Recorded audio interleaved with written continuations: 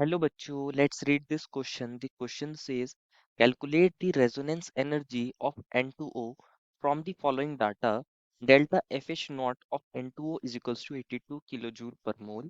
Bond energies of N triple bond N double bond O double bond O, and N double bond O bonds are 946, 418, 498, and 607 kilojoule per mole respectively. बच्चों इस question में resonance energy के बारे में पूछा है। Resonance energy हमें N2O की निकालनी है और हमें डाटा दिया है। एंथैल्पी ऑफ फॉर्मेशन दिया है बच्चों N2O की 82 किलो जूल, और बॉन्ड एनर्जी दिया है हमें N triple bond N double bond O double bond O and N double bond O की। और हमें बताना है रेजोनेंस एनर्जी क्या होगी N2O के लिए। तो फर्स्ट ऑफ ऑल बात करते हैं इस क्वेश्चन के की कॉन्सेप्ट के बारे में। किसके बारे में बच्चों? इस क्वेश्चन के की कॉन्सेप्ट के बारे में। और की कॉन्सेप्ट क्या होगा बच्चों?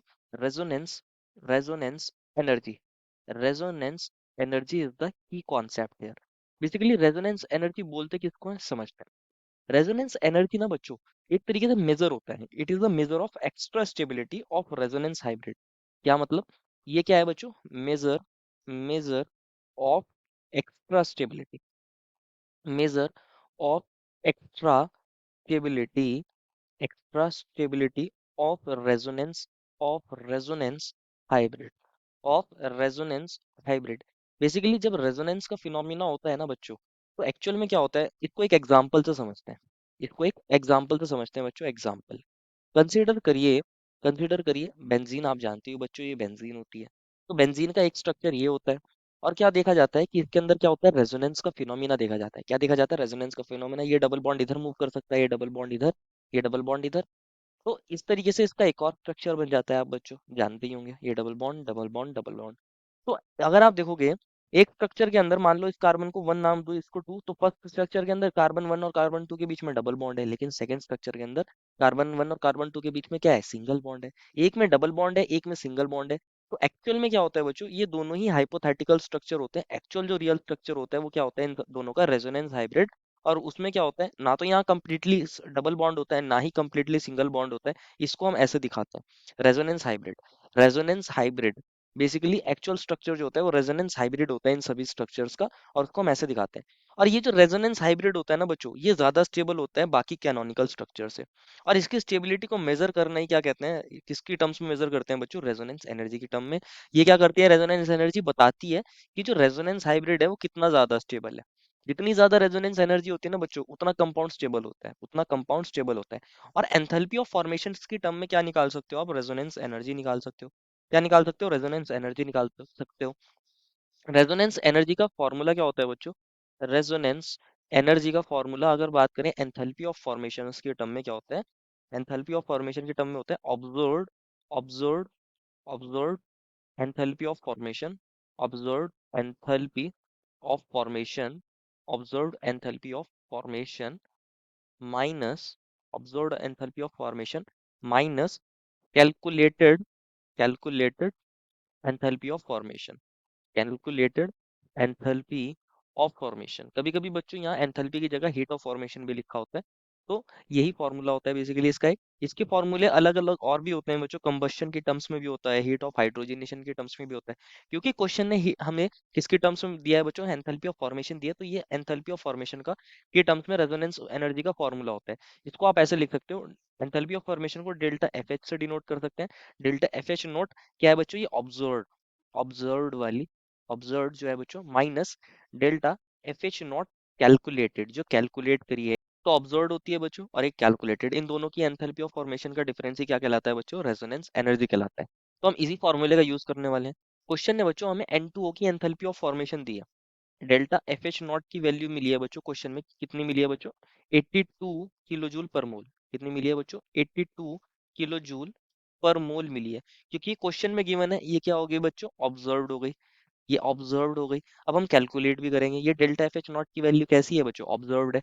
कैलकुलेट करने के लिए बच्चों आप क्या कर सकते हो? बेसिकली आपको पता होना चाहिए N2 होता क्या है। N2 को हम ऐसे दिखाते हैं। तो बच्चों N2 के स्ट्रक्चर को कैसे दिखाते हैं इसको समझना है। ये N है, ये N है, और ये ऑक्सीजन है। ये ऑक्सीजन के 1 2 3 4 5 6 इलेक्ट्रॉन होते हैं। नाइट्रोजन के पास 1 2, और आप ऐसे लिख सकते हो 3 4 5 इलेक्ट्रॉन।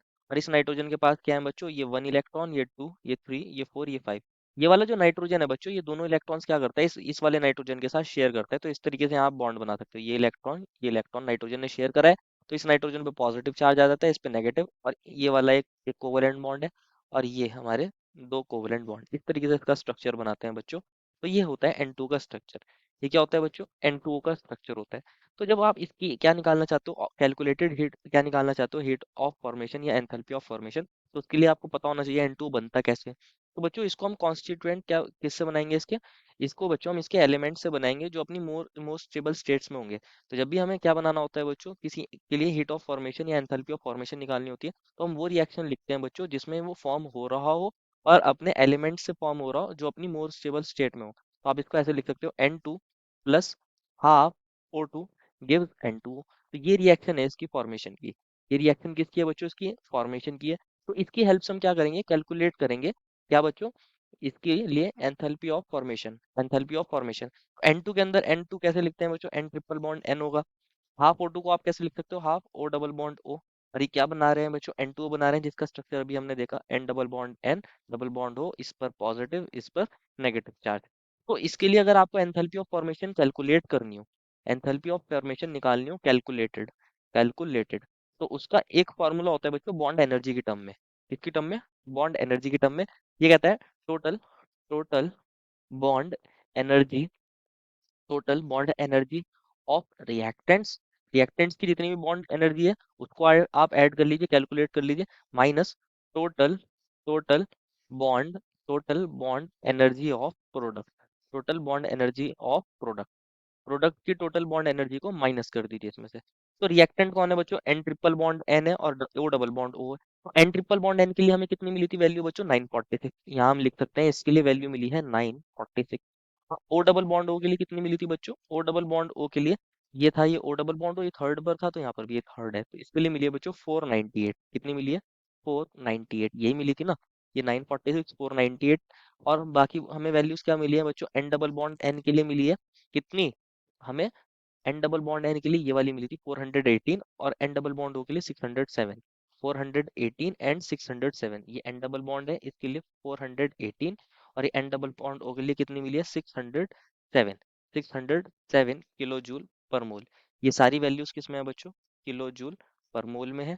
ये वाली वैल्यू भी किस में है बच्चों, किलो जूल पर मोल के अंदर है, और ये वाली वैल्यू भी किसके अंदर है बच्चों, किलो जूल पर मोल के अंदर है। ये हमें वैल्यूज मिली हुई हैं। तो हम क्या, इससे बॉन्ड एनर्जी अब हमें मिली हुई है, हम लिख सकते हैं बच्चों रिएक्टेंट में कौन है, एन ट्रिपल बॉन्ड एन है, और एक ही एन ट्रिपल बॉन्ड एन है बच्चों।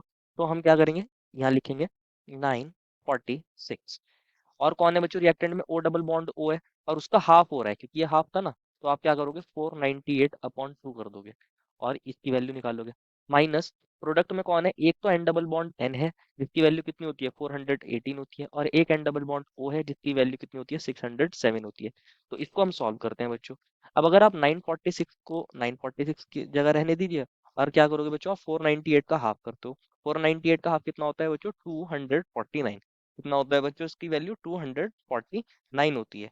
और हमें और क्या क्या वैल्यूज मिली है बच्चों, 418 और 607, इन दोनों को आप अगर ऐड करते हो बच्चों, 418 और 607 को ऐड करते हो, तो इसकी वैल्यू आती है बच्चों 1025।